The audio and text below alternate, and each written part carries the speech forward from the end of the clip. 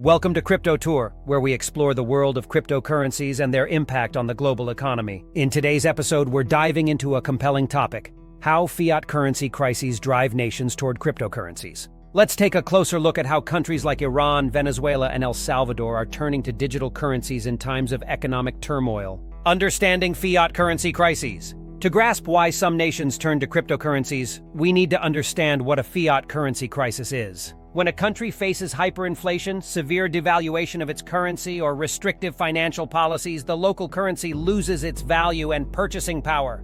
This can lead to economic instability, making everyday transactions and savings difficult for citizens.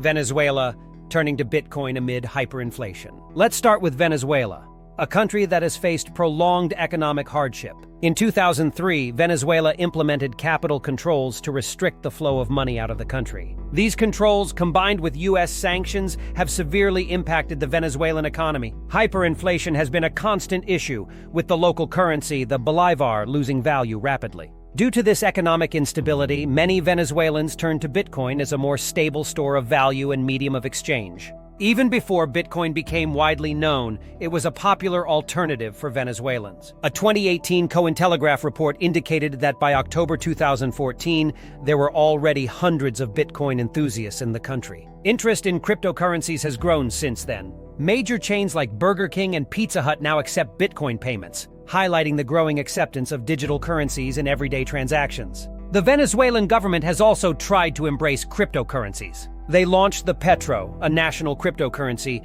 though it hasn't gained much traction. Additionally, the government has established a state-run mining pool and a government-owned mining farm. Iran, government interest and inflation control. Next, let's examine Iran. Similar to Venezuela, Iran has faced significant inflation, though not as extreme. In 2020, Iran's inflation rate hit 35%. The Iranian government has shown interest in cryptocurrencies as a way to combat economic issues and bypass international sanctions.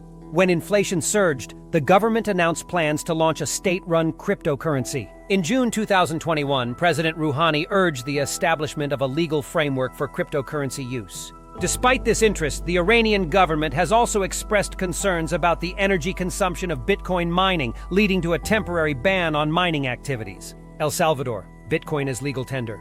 The most recent example is El Salvador. Unlike Venezuela and Iran, El Salvador doesn't have its own currency and relies on the US dollar. To gain economic independence, the Salvadoran government made a bold move by adopting Bitcoin as legal tender. President Nayib Bukele announced this measure with the aim of making remittances easier and cheaper for Salvadorans abroad. On average, Salvadoran expatriates send home nearly $700 million each month, incurring substantial wire transfer fees.